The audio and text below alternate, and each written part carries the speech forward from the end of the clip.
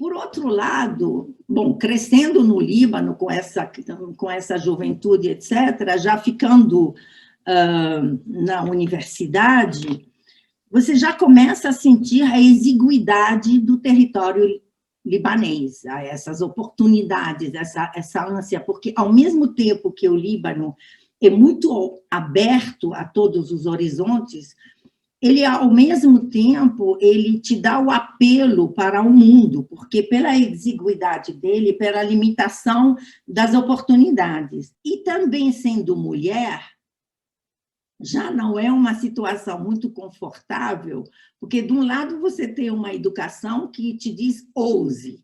Por outro lado, você não pode ousar demais sendo mulher, porque todo mundo me dizia, ô Claudine, tu não vai casar aqui, não, porque você, começando a pensar, pensando ousar, e aí comecei a ver, gente, meu sonho é viajar, meu sonho é fazer estudos, meu sonho... E aí, Claudine, o que você quer fazer na vida? Eu fiquei pensando, eu quero ser intérprete em tal escola na Suíça. Ah, não, menina sozinha, não, você vai viver sozinha na Europa? Você não vai. Falei, gente, então o que eu fiz? Bom, então não vai dar para fazer essa escola.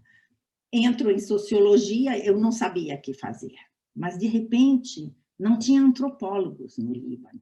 Eu falei, opa, está aí uma boa oportunidade. Então, eu entrei em sociologia e antropologia com a oportunidade de ir fazer meu doutorado fora e de voltar a ser a primeira antropóloga libanesa. Então, aí o apelo para o mundo e aquela abertura pela educação. Aí começa mais uma coisa do libanês que está pronto para o mundo e que não.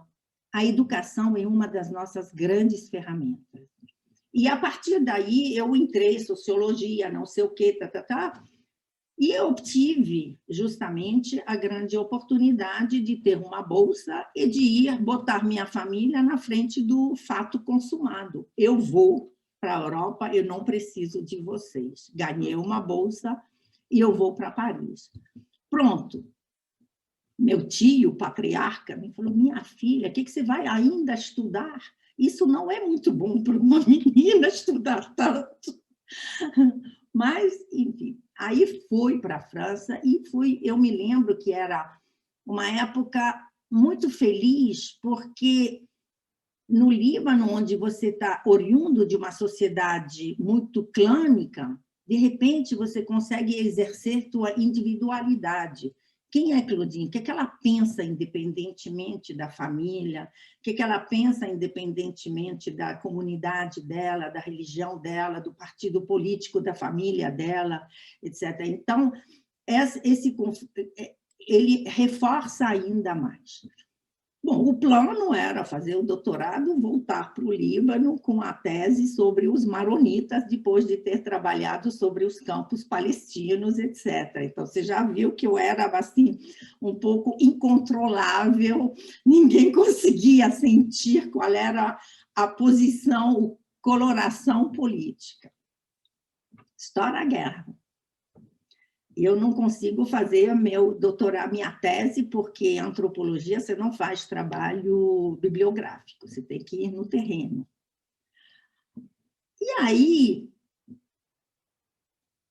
de repente, eu falei, opa, já que eu estou em Paris, eu morava na cidade universidade, deixa eu voltar a falar português, porque no Líbano não tinha oportunidade de aprender a falar.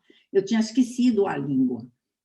E, nisso, eu pedi transferência para casa do Brasil, encontro um brasileiro que, por que você quer vir para cá? Quero aprender a falar português. Ah, eu sou professor de português. Mentira, era a paquera, e fui meu marido, com quem eu casei e voltei para o Brasil. Ele, durante muitos anos, me perguntava, Claudine, você casou comigo ou com o Brasil? E essa é uma pergunta que eu nunca tive resposta, nem eu, nem ele. Acho que eram as duas coisas juntas. É um pouco como me deixei levar naquela volta ao paraíso perdido. E aí começa aquela saga de recomeçar tudo de novo. É realmente como uma terra virgem, aprender a falar português, reconquistar essa identidade. E eu me sentia, ao mesmo tempo, imigrante, mas, ao mesmo tempo, filha dessa terra. Eu tinha reminiscência. Me lembrei muito Proust quando eu cheguei, porque uma goiaba, nossa, que esse gosto me voltava desde a infância. E aí eu falei, bom, eu trabalhei como antropóloga sobre o Oriente Médio, não tem nada aqui parecido, não. Aqui os antropólogos falam de índio,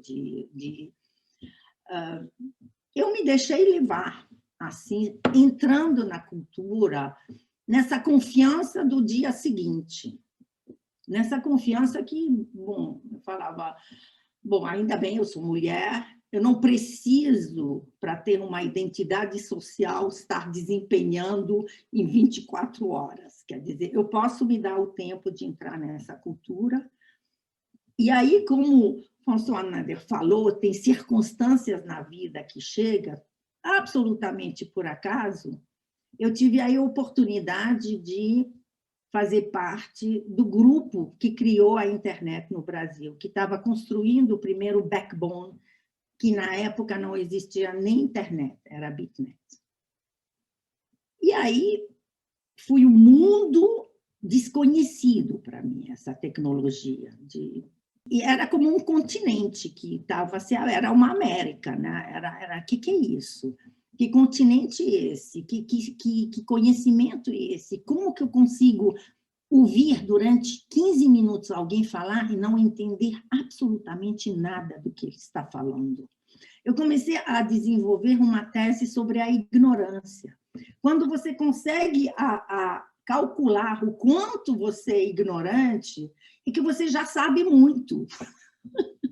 Porque antes dessa fase, é um breu tão completo que você nem sabe que o quanto você é ignorante. É escuro completamente. Alguns meses depois, eu conseguia pegar algumas coisas e saber os limites da minha ignorância já sobre tudo. Aí fiquei fascinada. Era tecnologia, era alguma coisa, era... A gente falava, eu chegava em casa, eu falava, olha, eu falo por computador com alguém que está nos Estados Unidos. Todo mundo achando que eu estava, né, vendo coisas. Então, quando estourou a internet no Brasil, quer dizer, era a nossa equipe que a gente colocou na Embratel. A primeira vez a gente até chamou, não me lembro mais que era a novelista, não sei se era Janete Klein, não era Janete Klein, não, era uma outra que a gente chamou no IMPA para mostrar a internet e para ela falar na novela sobre essa coisa nova que estava ali.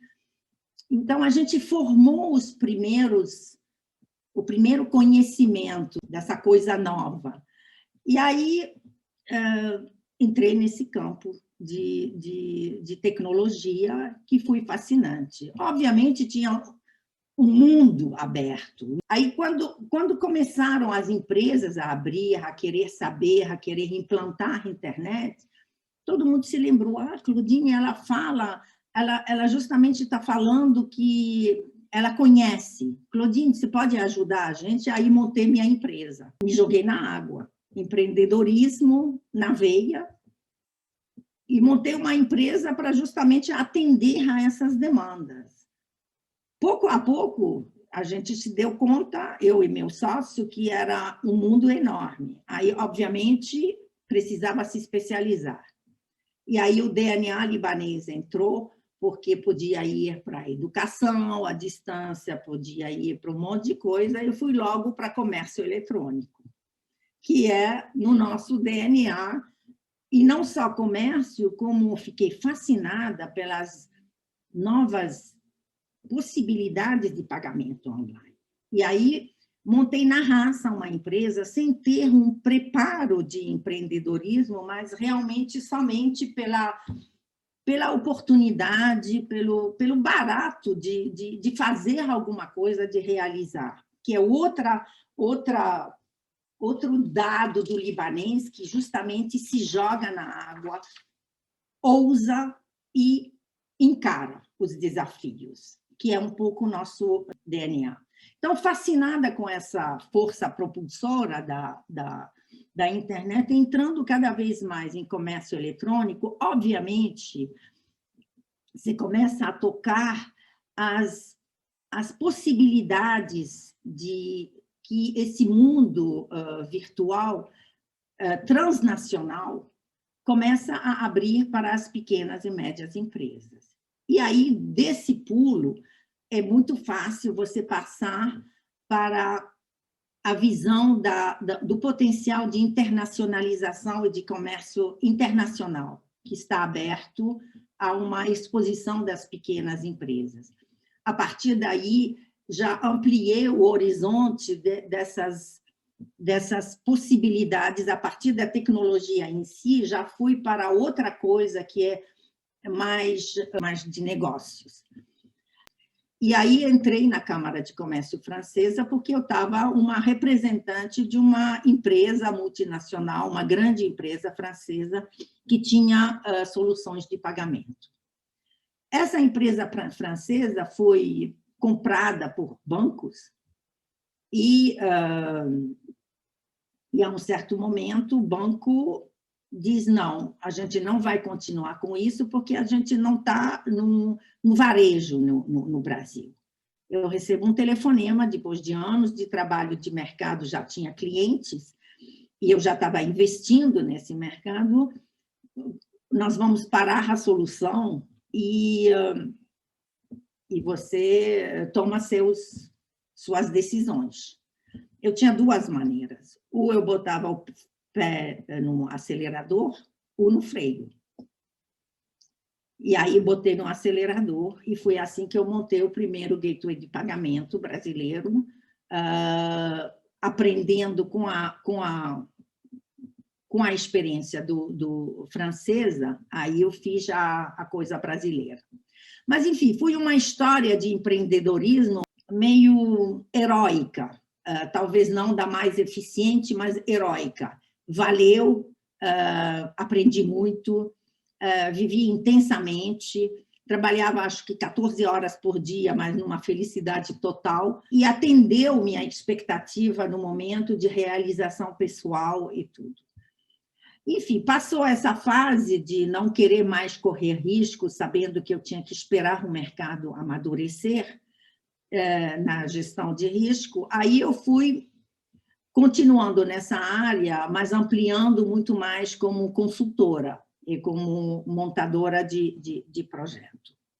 A partir daí, então, comecei a me interessar em internacionalização de empresas e onde vem toda essa trajetória de Câmara de Comércio, que me permitiu também conhecer como vivem as grandes multinacionais, porque eu nunca tinha tido um trabalho como multinacional.